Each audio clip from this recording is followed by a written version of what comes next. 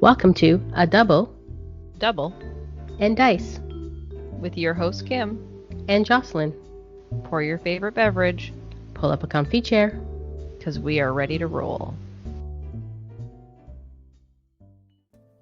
Welcome to episode 124 of A Double and Dice, and today we're going to talk to a fantastic participant of the World's End Dice Masters Tournament. My guest today is Kim, aka Super K. Kim, how's it going today? I'm good. I'm tired. It's so nice to have you on the podcast today. I know. I feel like I've been here before. maybe 123 other times. Because, funny fact, you've been on every episode. That's right. And I haven't. I've missed 2, I think. I believe so. In the grand scheme of our podcast. So, yeah, you are the longest running member of this podcast. And, so anyway. So, Kim, how's it going? Tired. Yeah, you mentioned that. So, we record this on Mondays. So I was going to say Mondays. Kim is having a Monday. I'm having a Monday.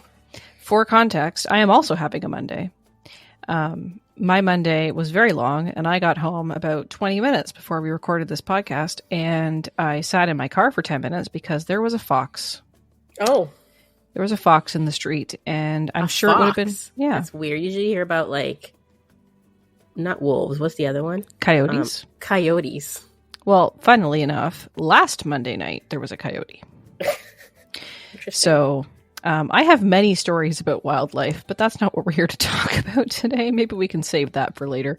Why don't you just start honking, and maybe you would have left. Well, I didn't want to bother it, and there was also some people with dogs that were walking their dogs, and I didn't want to startle the dogs. So, anyway, I live in an area, Kim, you've been here, so you know, there's a ravine behind me, so there is quite a lot of wildlife, so. At least it wasn't in, your front door and didn't want to leave. No, it was in the street. I watched it across the road while I was in the car finishing up a phone call, and then it ran across the road, and then it ran back into the road, and then it sat there for a while, and then I took a picture, and then when I went to text the picture to Rob, it disappeared. So it wasn't really there then. No, it was. I have a picture. She looks at the picture. There's nothing. No, there. I have a picture. I sent it to Rob. So was it a good-looking fox, or was it a mangy fox? No, it looked pretty good. It was a pretty good looking fox, I have to say. Yeah. They're pretty cute. So I'll probably post it on my Instagram later. So anyway. They are cute. That's wildlife with Jocelyn. And let's go back to World's End with Kim. So we ran, what I say we very royally because I did not really participate. I helped write the article. But dmNorthTV ran a Dice Masters tournament a couple weekends ago, after we recorded our last podcast and before we recorded this one. Yes. It was in between. And Kim, you played. I did. In said tournament. And how many other people played with you? There was a total of 13. We had a few drops. That's pretty good, though. Yeah. An odd number, but we played anyways. But yeah, no problem. Yeah, I think we were at 16 and we had a few drop. Yeah. Well, that's pretty awesome because there hasn't been any type of online Dice Masters tournament with that type of participation in a very long time. A very, very long time, yes. Yeah, so that was great. It was a single day tournament, and the format was... Do you remember? I can talk about it. Go ahead. Do you remember, or do you need me to tell? No, I wrote it. Okay. I wrote it up. Okay. So it was single affiliation. Plus. But unaffiliated was also affiliation. Yes. And there were 4 universes. There was Marvel, DC, Dungeons and Dragons, and other, right? Everything else. Yeah, everything else. So anything that was not Marvel, DC, or D&D went into the other bucket. And you had to have your cards all had to match. Like you couldn't mix and match universes and what have you. So it was meant to be a casual, fun tournament, and apparently 13 people turned out. Mm-hmm. So, Kim, I'm going to turn it over to you to tell us about World's End. All right. So I was debating between two teams. And those two teams were in unaffiliated other or a Batman affiliated DC. Okay. And I started playing with some Batman ones, which I was going for the unblockable Robin, which is a promo card. Nice. So if you have, I believe it's 3 or more Batman affiliated character, and there's a active Batman, Robin is unblockable, and then at the end of your turn, he comes back to the field if there's 3 or more. Mm-hmm. Active, so it has to be different characters. So I've played for that for a bit, and then I was like, it's fun, but I don't know if people will really like it. So after a conversation with Nick, who politely reminded me of Orbital Strike. I can't believe I forgot about Orbital Strike. Can you believe that? I forgot about Orbital Strike. I decided to do Orbital Strike. Nice. So that would fall under other.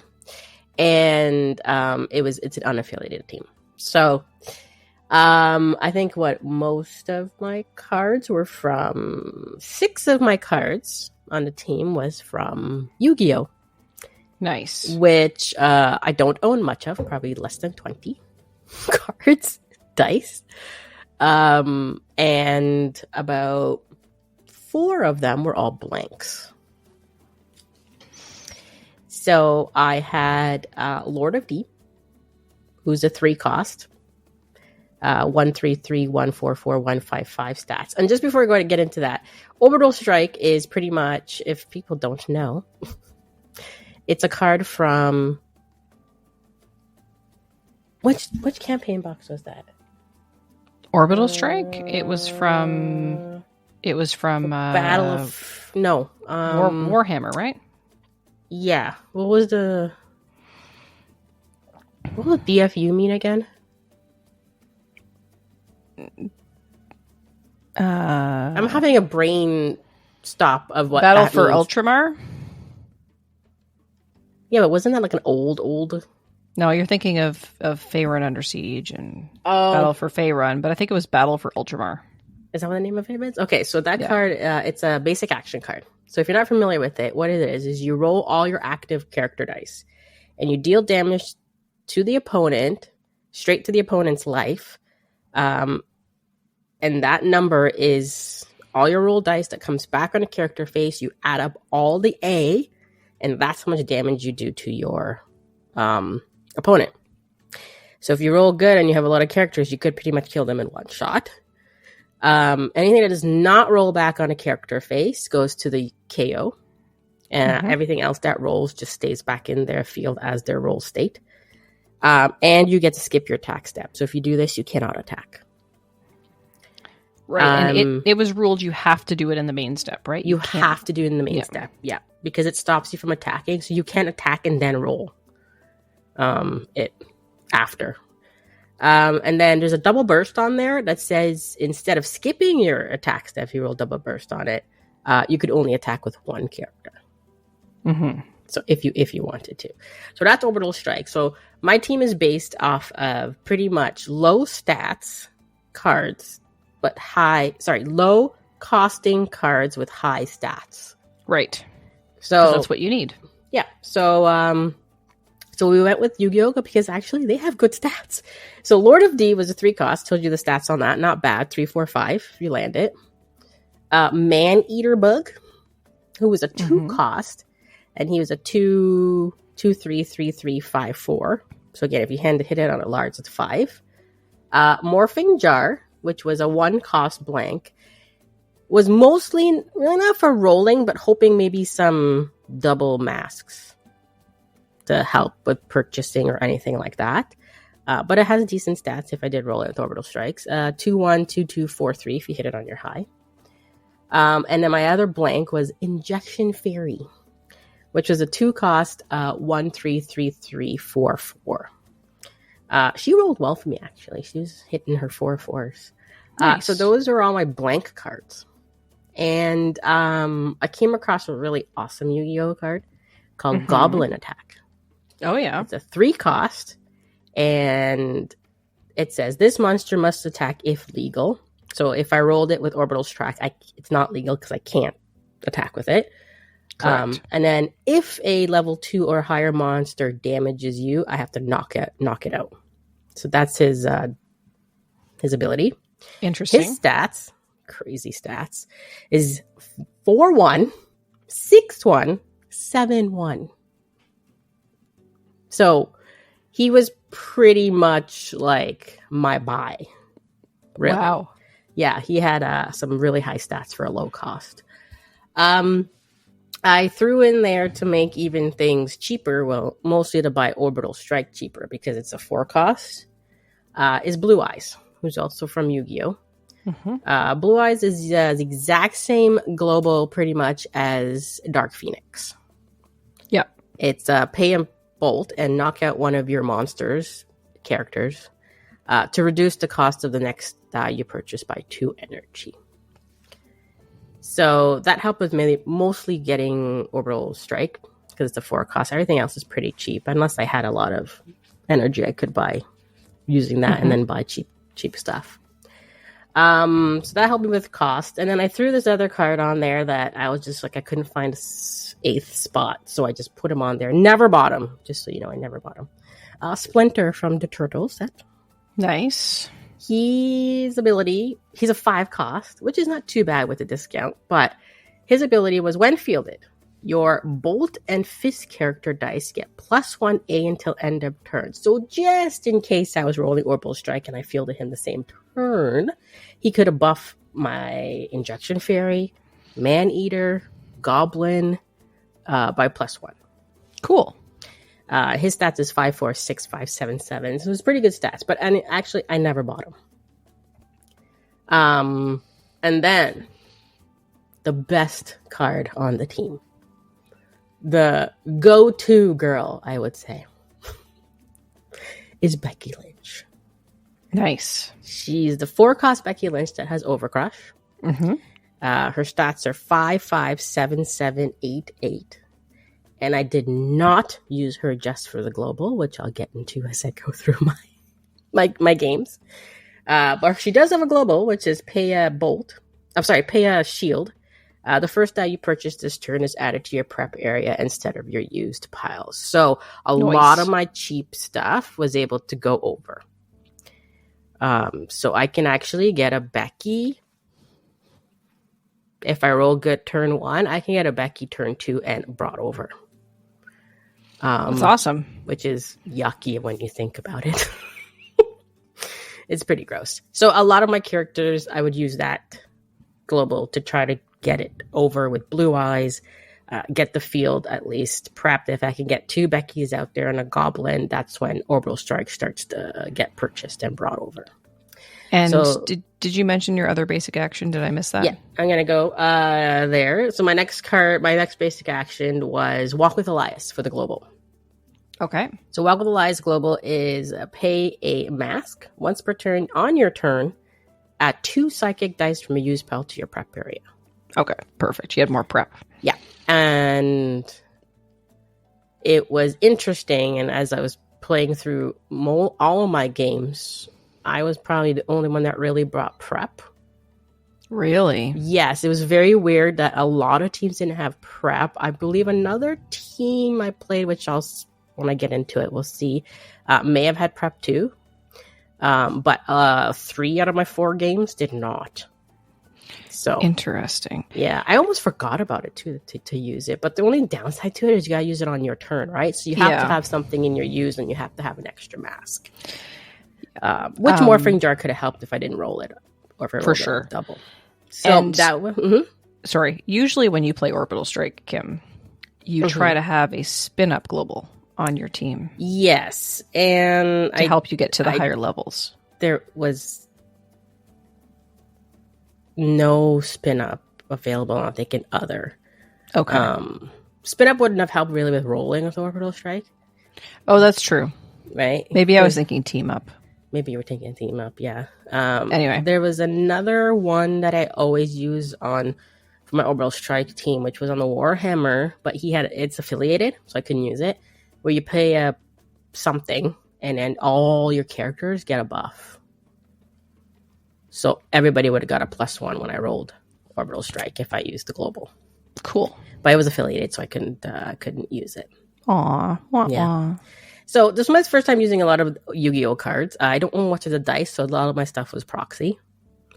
I may have had like 1 or 2 of each of the die, but I mean, if we'd coordinated it earlier, Kim, I completely forgot. But well, this I was have kind of like last minute, but I have a Yu-Gi-Oh factory set that you've never opened. that I've never opened, Yeah. which I completely forgot about. But I have But it was a Yu-Gi-Oh okay factory because set. I had some Goblin dice, which I rent to more. I had Morphing Jar. I had Injection Fairy. Lord of Dean Man Eater I didn't have. And I had Blue Eyes, right? So, and a couple of those cards I didn't have. But then again, I didn't really purchase them. So, it was okay. And everybody knew that I was using proxy.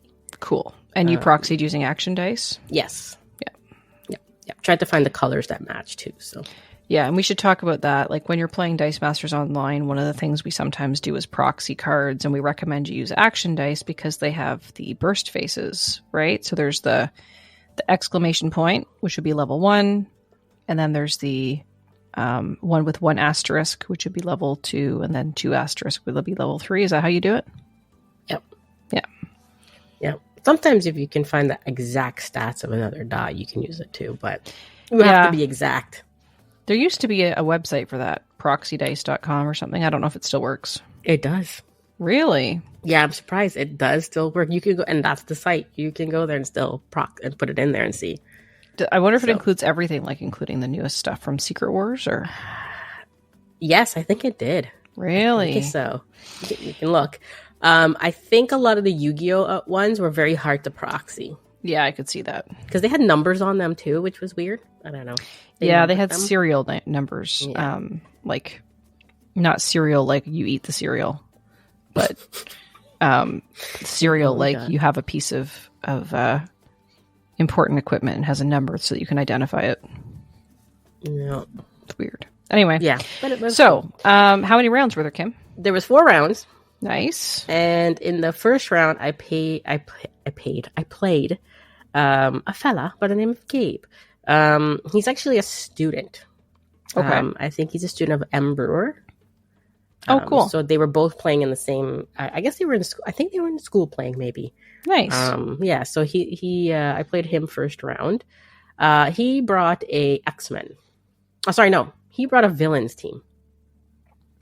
Villains from Marvel. Cool. And he brought a card that totally shuts down my Orbital Strike.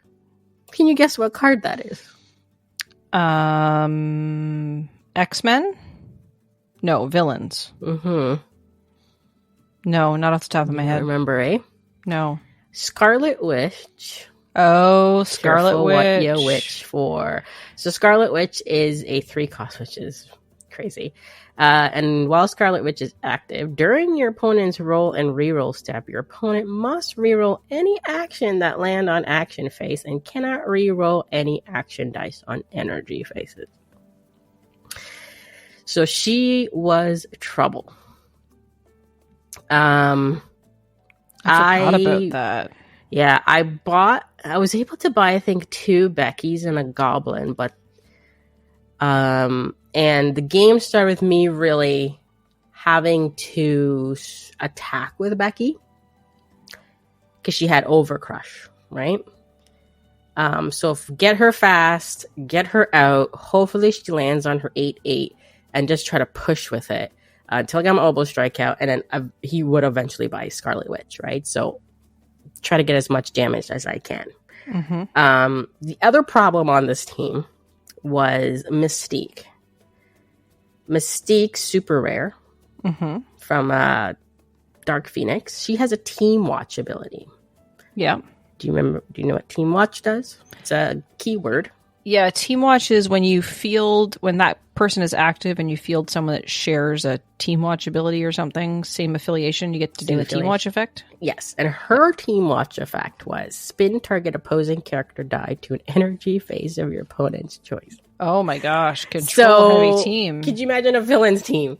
And you're fielding a villain, and there goes Becky. Yeah. You field another villain.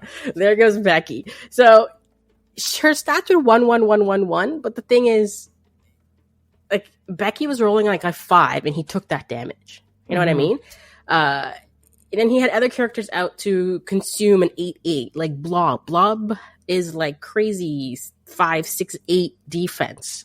So he had that, and then he had. So I was trying my best to do a lot of Becky's at the beginning before he started getting all these characters out. But she survived, didn't survive. I had to roll her back again. I got him down pretty a lot of life. Like I was at 20 and he was down like to 9 or 8 or something. Yeah. And then it just fell apart. Started stopping me. I couldn't get orbital strike. If I did, I got like maybe a couple damage. Because he had an ace Magneto. Magneto from Uncanny X-Men. While Magneto is active, if your opponent has no villains in the field, I take 2 damage to my life every time I draw from my bag. Wow. Takes 2 damage each time he draws 1 or more dice from your bag. So, once that came out, boom, boom. My life was just going down. And then he had a Blob that steals psychics. So, and then the Scarlet Witch was there, and then I just couldn't. I got down to so much life, and then I just couldn't stay afloat. So it was a good comeback by him, but Scarlet Witch killed it for me. But it was fun. Like, I had fun playing, but yeah, he ended up winning that game. Yeah. Once I got him down, I stalled out.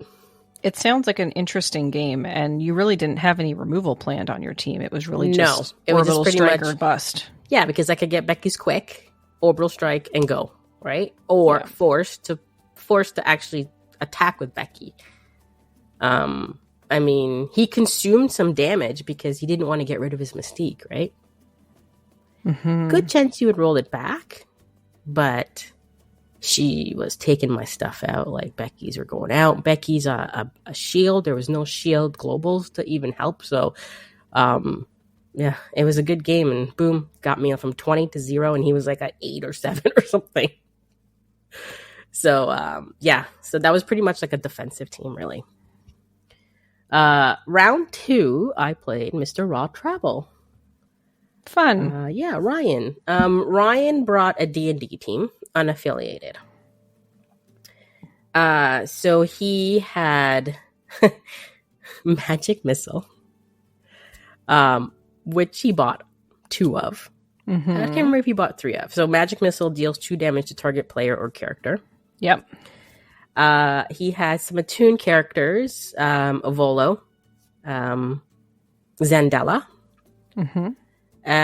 He used those to do some attune because he had Yawning Portal, which is the reduced cost one, and you put stuff in your bag. So he also had Green Devil Mask, which he pulled out on me, but I was sneaky enough not to ever put 4 characters out in the field. So Green Devil Mask, as soon as you hit 4 characters in your field, you have to roll all your dice. So I never had more than 4, and I was careful of my psychics as well. Because if I rolled Orbital Strike, I missed all the characters, then I feel psychics just to keep the field less. So I never got dinged with his Green Devil Mask. He had something that did kind of not really stop me, but with him, I pushed a lot with Becky. He had Staff of the Forgotten One, which I never really played with. It's super rare. Until end of turn, when an opposing character die is damaged, KO it. So he could use Magic Missile or even Magic Missile's global, which is pay a bolt, deal 1 damage to character, and KO my Becky. So he wasn't going as fast, and my Beckies were going, and Orbital Strike rolled, but I wasn't getting a lot of damage. Eventually, I think Becky won that game for me. Just push with Becky, really, and it's over Crush. So, but he did use that kind of stuff to try to get my Beckies out. So going into round 3, then you're 1-1. I'm 1-1. Round 3. Who did I play? Round 3 was Collector Rob. I haven't played him Collector Rob. Yeah, hi Collector Rob. It's like all the memories. Rob went also with other unaffiliated. He had some Yu-Gi-Oh cards on there. His ace in the hole was Blade Knight. Blade Knight's a Yu-Gi-Oh character. 3 costs, which is super crazy. When this monster attacks alone, any damage it deals in excess of defense of its blockers is dealt to your opponent. So he pretty much has Overcrush except written out. And his stats was 3-2-4, 3-5-4. And he used Eddie Guerrero. Nice. To tag out, which gives the +2/+2, +2A, +2D on a character when you tag it out. To give Mr. Blade Knight a little bit more higher stats. I think also in this game, I feel like I didn't really roll much Orbital Strike in this whole tournament. No, it was just trying to push with Becky. If I got her on 8-8, really, like people are taking this damage. I'm like, they're taking it, right? I think it was a close one with him, but he ended up winning it with the Blade Knights. I think he had a few of them out there. I think that was cool. Probably that was his winning one. Yeah, so that was his team, and Collector Rob made it to the finals. So Collector Rob beat you? Yes. So now you're 1-2. Yep. And let me tell you, I haven't hit anything more than 5 damage with Orbital Strike in any of my games. Hilarious. Well, it's a good thing you had Becky as a backup. Yeah, right? You just got to push with her. And I think I knew that going in there. If I got stuck or I couldn't do it, Becky was my ace there. Last game I played, last round, was Emperor. Nice. Emperor went with Marvel Unaffiliated. A very action team. So he had Satchel, which does 2 damage to target character die or player for each action die in your field zone. So there's continuous action dies on his team, such as the Kiln, which players must spend 1 more to purchase each character die for every character die in their field zone. So if you get that out, you're pretty much stuck for buying things. He had Vibranium Shield, which is another continuous die. But he was too late to get the Kiln out on me because I already purchased 2 Beckies and a Goblin. And that does not affect action dice. So he did have it out, but he it was like too late. Like it didn't stop me from buying anything. I already bought what I needed to buy. I thought he was going to go the Satchel way, but he went a different way. So another character on his team was Squirrel Girl. Fun. Squirrel Girl is the Kick Butts Eat Nuts. I like it. Yeah, it's the promo one. So when she's active, at the end of her turn, you can add a squirrel counter to your card. During your turn, during the global ability window, you can remove a squirrel counter and place a squirrel token 1/1, like 1A, 1D, to the field zone. And you can only have a max 4 in the field zone. So he was actually building up to play Hellfire Gala. Awesome. So I was able to, again, dwindle him down, life, but then right there, he won it with Hellfire Gala. So he was able, I had to like, I feel the 3 psychics, because when you roll it, you roll from your bag, then you feel your psychics. He used the tokens, and then he had the kiln out there, which counts, which I didn't know counts, but then I reread it. It does count. And he had a whole bunch of psychics. He was building up his psychics, and yeah, he won. That's awesome. Yeah. So Hellfire reads if there are 16 or more dice in the field zone. So any action that's continuous dice count, which I didn't realize. Mm-hmm. And I didn't read that it said that's how he got it. I had like 6 psychic dice in my field zone, and I should have attacked with them, knowing that probably Hellfire Gala was coming. And I think that was my mistake. I didn't attack with them to try to clear them out. Yeah. Because that's 6 out of 16 I gave him. That's awesome. Congrats, M. Brewer, on getting a Hellfire Gala win. Yeah. Yep. So, yeah, and it was just like, oh, I should have attacked with the psychics.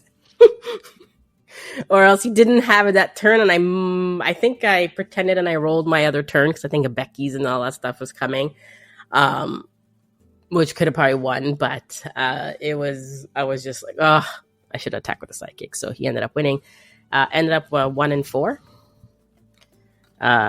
So yeah, I was second to last place, but hey, I had fun. My orbital strike did nothing for me. Becky did most of the damaging, but just people had things that just swooped right in and just took it out. So it feels like, at least from what you've described, Kim, is that people really leaned into the unaffiliation. Yes, there was a lot of unaffiliated teams. There was maybe 1 Guardians. Mm-hmm. I think a couple of Spideys. Mm-hmm.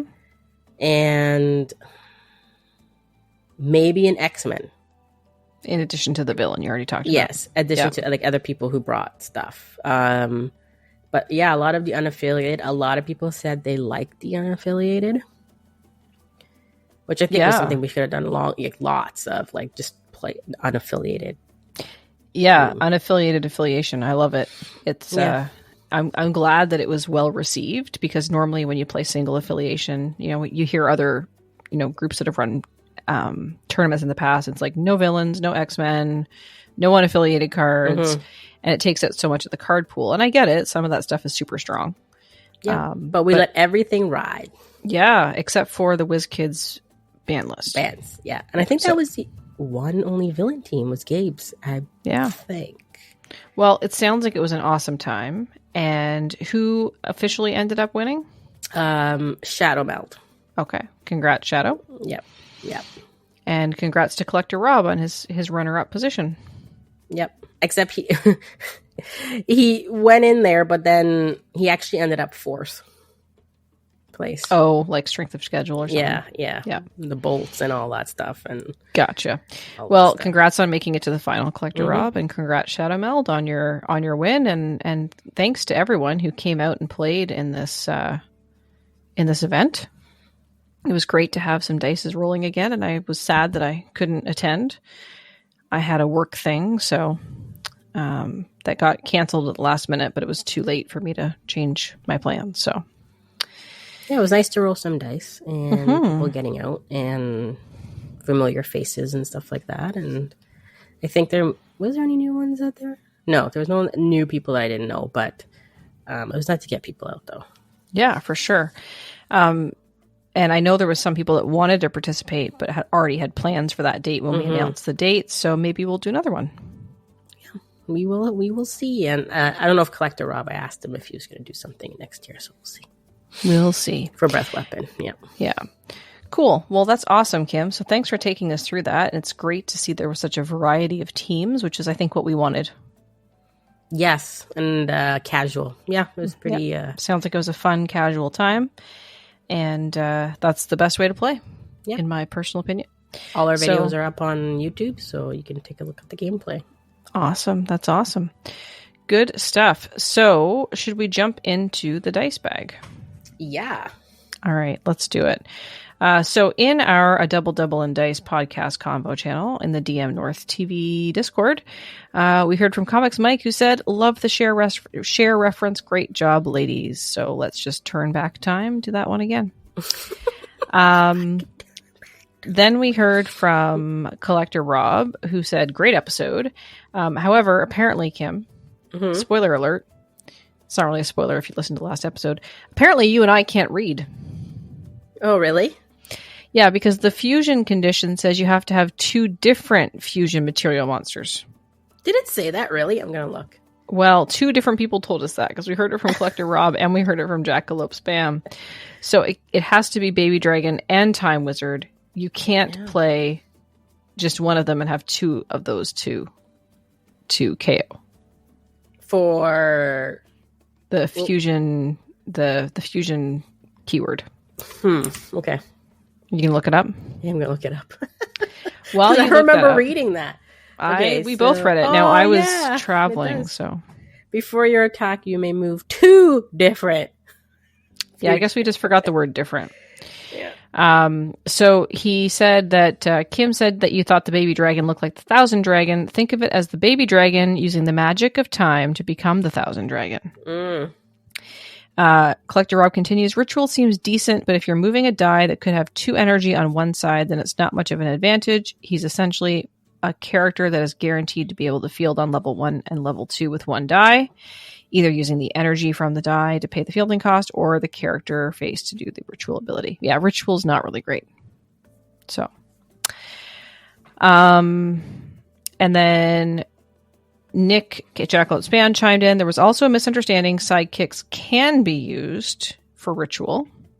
They count as character dice in the reserve pool since they are in a rolled state, at which point Nick very kindly screenshotted from the comprehensive rulebook, section 1.6.5. When rolled onto an action or character face, that die can apply the abilities of their card. If rolled onto an energy face, then the die is an energy die. They can only be used to purchase or field dice, pay a cost, or apply a specific ability based on the rolling of energy. Refer to the table below.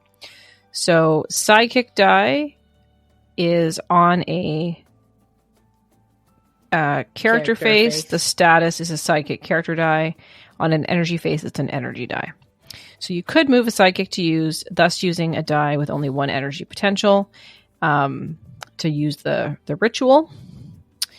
And he continued in a private message to say that sometimes the ally gets confused because an ally is only a sidekick character die in the field. Yes. Right? So, yeah. There you go. So, yes, you can use a sidekick. We were wrong. We also heard from Jackalope Spam via private message in our group chat. And he says, time to push up some more glasses. Haha. Yu-Gi-Oh! Was indeed the 3rd set released. But you might have said Marvel first, DC second, then Yu-Gi-Oh! But the release order was actually AVX, Marvel, Uncanny X-Men, Marvel, Yu-Gi-Oh!, Battle for Faerun, and then Justice League. So DC wasn't until the 5th set, and it was the last of the major IPs to introduce. Weird to think that DC wasn't until after D&D even. Yeah, in my head, Justice League came out earlier, because Justice League was the set I learned on. So I thought Justice League came out earlier, because we picked up... We've told the story before. I don't probably have to repeat it, but we picked up a starter box at Fan Expo one year. We sort of taught ourselves how to play using the rule book and YouTube in the hotel room. So there you go. So Yu-Gi-Oh! Was the 3rd set release, but it was not Marvel DC. It was AVX, Uncanny, then Yu-Gi-Oh! So he continues that Yu-Gi-Oh! Wording was weird and or just bad. Time Wizard being one of them, but that errata actually made the card better. You could then prep from used instead of the other dice that rolled that turn. Still, I never saw it played much. It seems like Yu-Gi-Oh! Was either a hugely powerful card or completely forgotten. For example, Jinzo, Blue Eyes White Dragon, and a couple of others. He says he's only ever played the Thousand Dragon Rare, and that was only for the global. That global has no drawbacks like most other cost reduction globals, like once per turn or KO. I've seen Baby Dragon blank text used a couple of times just as a cheap die with decent stats, or as it counts as a dragon. Baby Dragon plus Ring of Winter is funny. So that was that.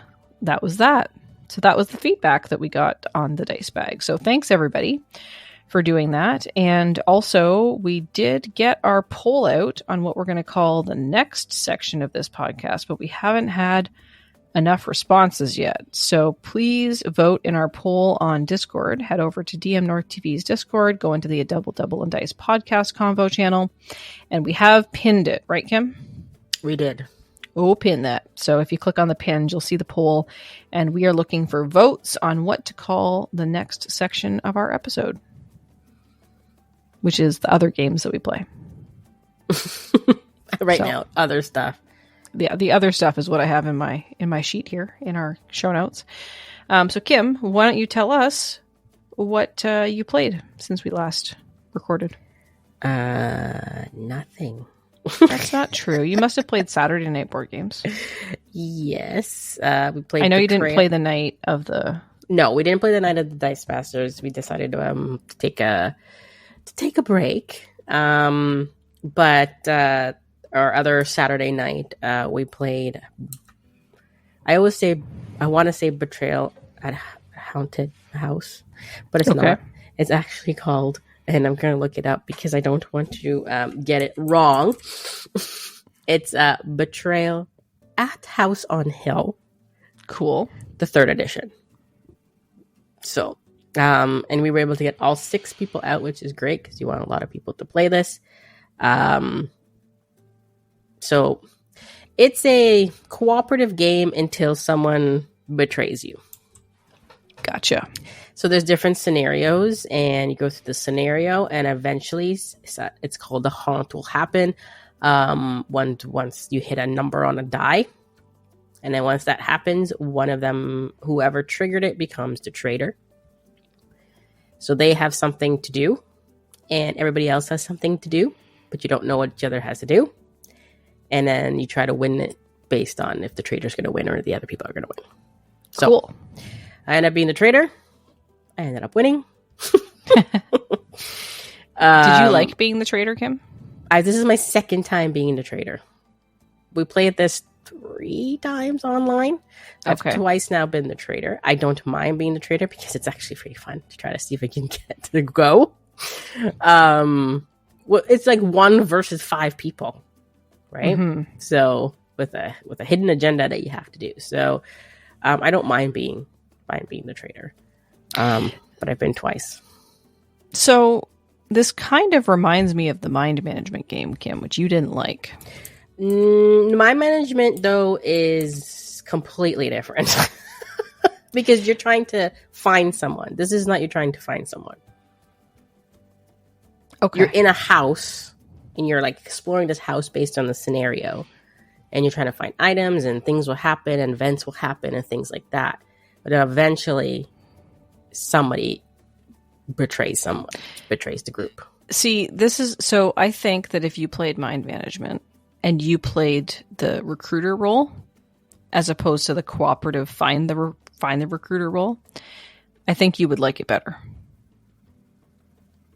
Maybe. So if you were in charge of sneaking around and trying to prevent people from finding you, I think that you would like the game better. Yeah, but I'm never going to play that game again. I understand. And those who've heard this, I do not like that game. I love that game. Rob and I haven't played in a while, but there just hasn't been time. So, but yeah, it was pretty light. I didn't play anything else really other than that. Yeah, nothing with Noah? No, nothing with Noah. And the school started back. It's a little different now. Mm-hmm, less time. I played a bunch of things. I can't remember exact timing on this, but I can't remember if I mentioned this last time. I don't think I did. So Rob and I played a game of Pan Am. Mm-hmm, pulled out game. Pan Am, and I love that game. It's so much fun. It's a Funko Pop game, and it's based on the expansion of the Pan American Airlines. It's really fun. I really like it a lot. So yeah, we played a round of that in the last 2 weeks. I obviously played some HeroClix. There was local HeroClix on a Sunday and a Thursday, so we had some HeroClix events there.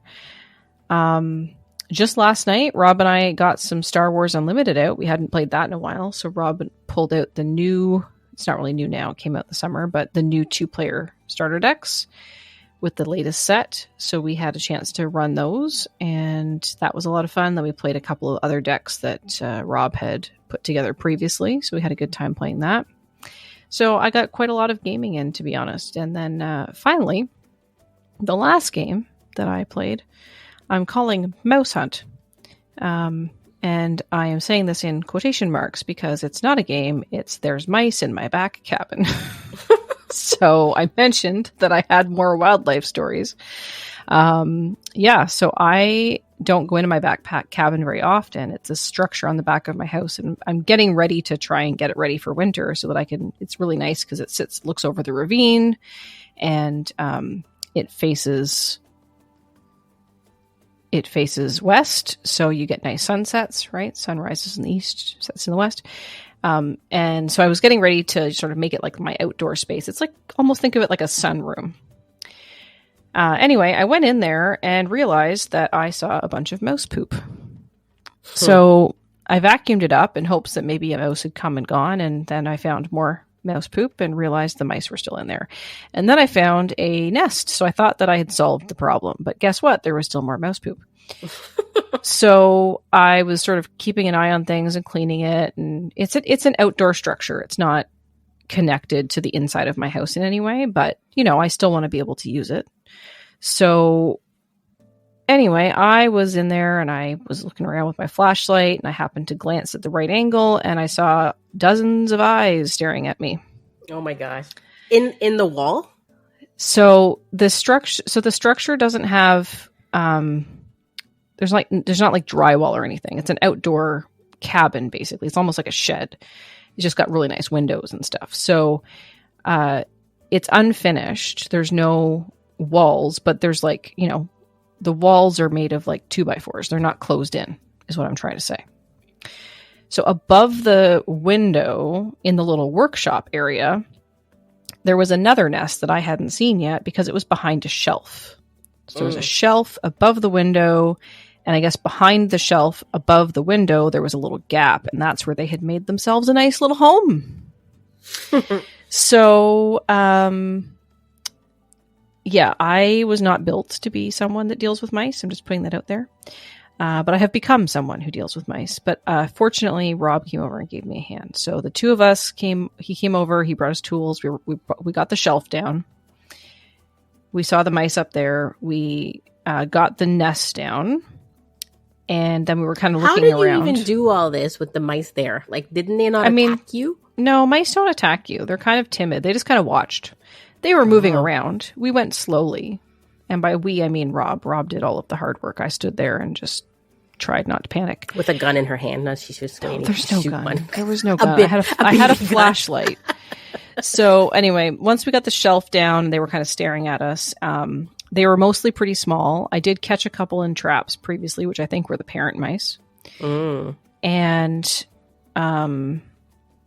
anyway, so we got the shelf down. We got a stick from the ravine. We used the stick to pull down the nest. We got that into the garbage. And they just kind of watched us, and we vacuumed up the poop and put out more traps and tried to cover up any holes and things like that. And we're like, okay, well, we'll wait and see. And they just, at that point, we could see 8. There was 8 of them up there. So like, well, we'll just wait and see what happens. And the next morning, they were all gone, but there was still some poop. And, so I've been checking it pretty much every day or every second day. I've caught a few more mice since then. There's a lot less poop than there used to be. So I think most of them have gone out, but there is a couple of spots where they still could potentially get in. So we started on the weekend because we thought most of them were gone, and we've started sort of sealing up some of the cracks between, it's an outdoor structure. It's going to happen, but I just want to prevent them from nesting anymore. So I now have to mouse hunt. Hopefully there's none in there still while you put up a wall or. I don't intend to put up any walls. So fill the cracks or whatever. Yeah. So I'm pretty sure I know where they're getting in. There's a broken floorboard that the previous owner had covered up with a different piece of plywood.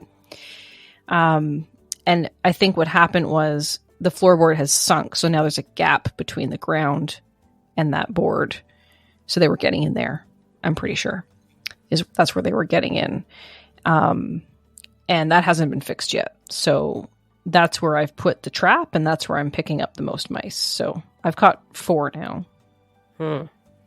So... Well, at least they ran away. I'm surprised they didn't try to Yeah, stay well, it there. wasn't cozy anymore. We took their nest. So, and then I also, once I knew they were gone, I went in there and I soaked it with like, because it's just raw wood, right? It's just plywood and whatever on the inside in that spot. And I just like soaked it with like a bleach cleaning solution. I went and got a spray that's got like 3% bleach, and I just like soaked the whole area with that. They don't like the smell of that. And then, yeah, we started putting the pest foam in. I know they could technically eat through it, but we'll keep an eye on it. And yeah, so we'll see. I caught another mouse Sunday. I didn't go out today because I had a very long work day and didn't have a chance to go out. So I'll have to go out tomorrow and see if I caught any more. But I think it's just I knew there would be critters when I bought this house because I live on a ravine, right? When you live on a ravine, there's wildlife. So that night, after we had got the mouse nest out, we were sitting on the back deck while we were just sort of figuring out what we were going to do next about the traps and stuff like that. And we watched a coyote walk right by. So it walked right across the property line like it owned the place. Didn't bother with us at all. I mean, it was a good, 30 feet away. But yeah, walked right across. And then tonight there was the fox. So I have many wildlives, and I knew there would be wildlife. I just didn't think they would be in my structures. I thought they would be outside of them. So, as long as they're not in the house. You had like mouse hunt. I had like fly traps. Yeah. Yeah. And I think it was because of a dead mouse. Oh, yeah. Yeah, like ended up in your wall, whatever, and you hear the scratching. Mouse or rat, I don't know what it is. But then we trapped it somehow, but we not intentionally, because we didn't know there was anything there, because we were redoing the backyard stones. Right. So we must have covered it. It must have died. And it got a whole bunch of flies. Oh, yeah.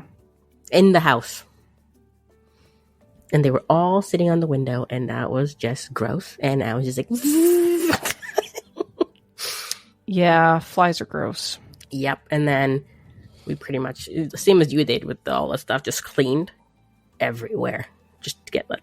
And then it was like few flies and then eventually nothing. Did I tell you about the flies at Memphis? No. So I don't know exactly what happened, but one of the HeroClix event that we went to in Memphis at Graceland, I guess they had the doors open or something and the garbage hadn't been picked up. So there was all these flies, and there was a ton of flies that got into the HeroClix hall, but they were like the dumbest flies. Like, you know how sometimes you're trying to kill a fly and it just like flies around and buzzes and you can't get it? Yeah. Like these flies would land on you and you could just hit them and they would die. Like they were dumb and slow. Like I don't know what was going on with them, but they were very easy to kill. Right. And they would like constantly land on people, and they would land on the HeroClix figures, and people were trying to like kill them all over the place. And that's pretty, I hate flies.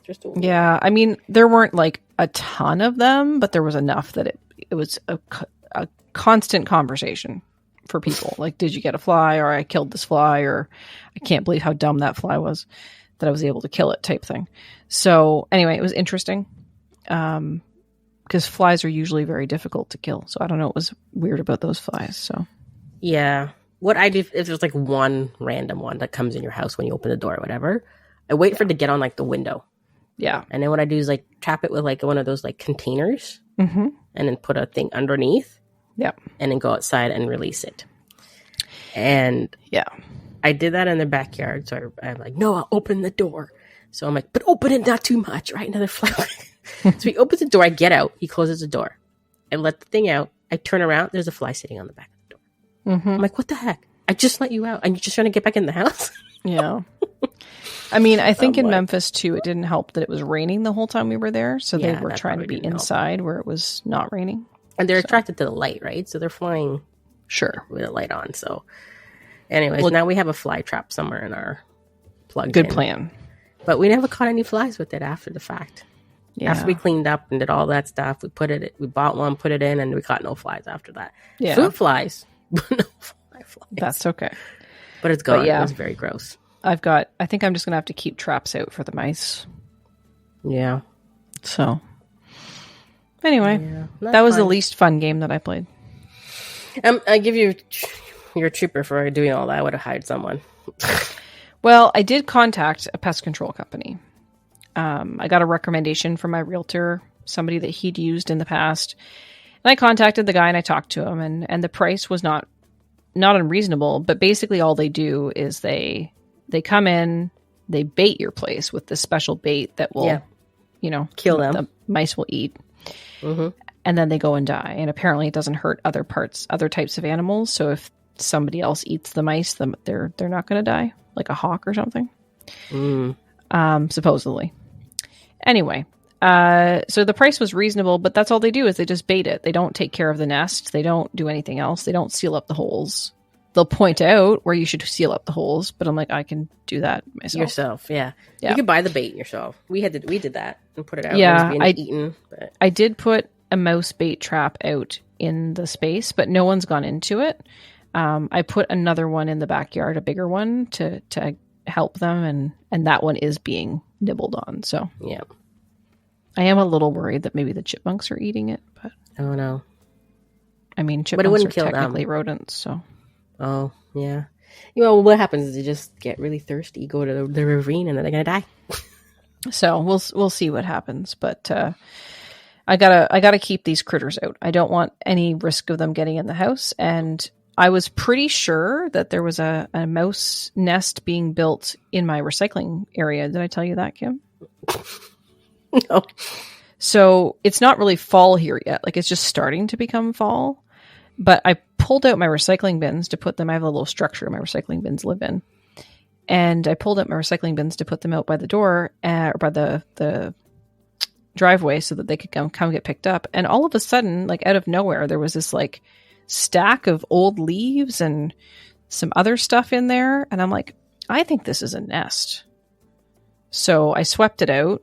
Because similarly to the house, the cabin, it's built of like 2x4s, and there's a gap between like the wall of it and where the recycling bin would fit, like just the width of a 2x4.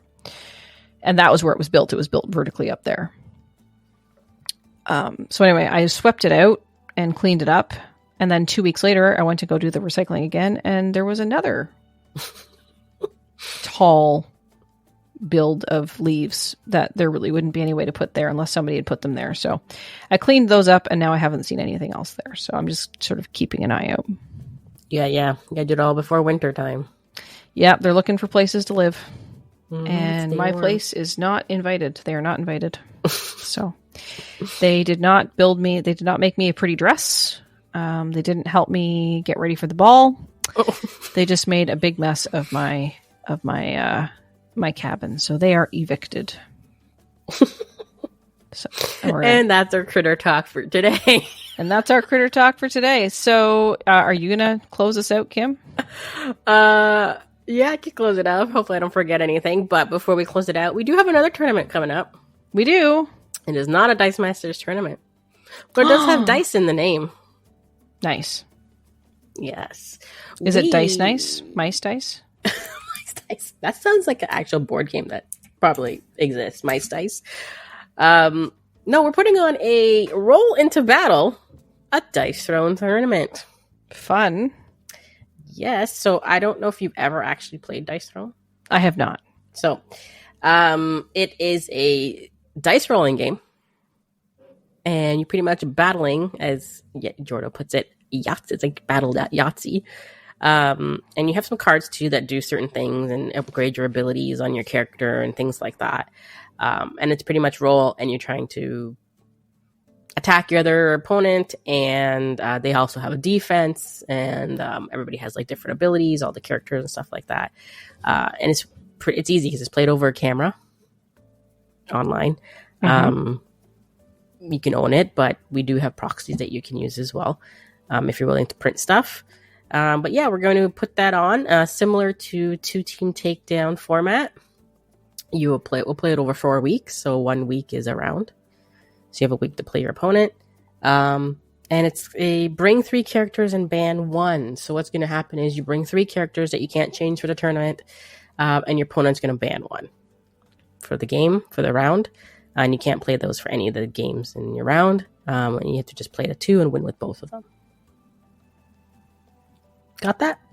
I got it. So we're going to try it out. There was some interest when I put it out there. So, if you do own Dice Throne, or you've seen it and you want to play it, we do have proxy. Go to our website, dm-north.com. The article is up of all the rules that you need to know and all the fancy stuff. And we will be starting that in November 4th. Awesome. So you've got a little bit of time to get prepped. Yep. So you can start playing some characters if you don't know what you want to play. So you have some time to do that. And all the details are on the website. So, So hopefully we'll get some people out. I think we already have 5 people signed up. Wow. So it's exciting. Yep. So hopefully we get some more. We get some even numbers. I put it out there everywhere. So we'll keep reminding people. Yeah, and I think a while back when I was away, Kim, didn't you and Matt come on and talk about Dice Throne? Yeah, we did an episode about how is pretty much Dice Throne, if any, similar to Dice Masters. Yeah. Episode that we talked about. And we're nowhere experts in Dice Throne or Dice Masters. But hopefully we did our best to explain it. But it is, if you like dice rolling and kind of battling, Dice Throne's pretty self. Looks like it was episode 112. There you go. And it's not expensive to buy these characters. Like they come in 2 characters per box, and you can like get it for $25. Maybe if it's on sale, less than that. So nice. Canadian. I'm sure it's cheaper, probably US. But I own every single character under the sun. Don't ask me why. And they have Marvel one coming out, eh? Yeah, that's pretty cool. Yeah, we're supposed to get it this year, but it's been pushed. It's been delayed, so we'll get it next year. So they are on the Marvel bandwagon. Nice. Everybody is. Everybody is. Everybody is. So sign up for the Dice Throne tournament, and if you've never played before, you can check out all the information. You've got some time to give it a try. Mm-hmm. Yep. Awesome. And I think that's it. Anything else? That's all I got. All right, let's see if I can do this. Places to reach us. You can reach Jocelyn or I on Discord. I am at Super K. Jocelyn's at Jostitch. You can reach us with our email address, DDPodcast at DM. Is it dm-north.com? You bet. All right. And speaking of dm-north.com, that is also our website. You can go on there and read all our articles we have up there. You can go to YouTube, which all our videos are posted up on, dmNorthTV. We are also on Twitter, aka X. I still type in Twitter in the browser. Instagram, TikTok, Facebook, all dmNorthTV. I don't think I forgot anything. Twitch. And yes, we play board games every Saturday night on Twitch. Any off night, we may catch us playing some other games, but usually we're on there every Saturday night playing a board game. Anybody's welcome to come play with us with a board game. A lot of the stuff we play, we try to make sure it's proximal. If not, and we're playing something, if you own it, definitely come out and play. We're trying to make October, because we are in October. We are. The spooky month. Unfortunately, though, we have some days that were not available. So we did a first one, which was Betrayal. So hopefully next week, it is our Thanksgiving. But we might be available to play, which we'll be playing, I believe, Horrified. And then I think we're on and off for the rest of the month because I got things going on and Jordan got things going on. So, and yeah, so I think that's it.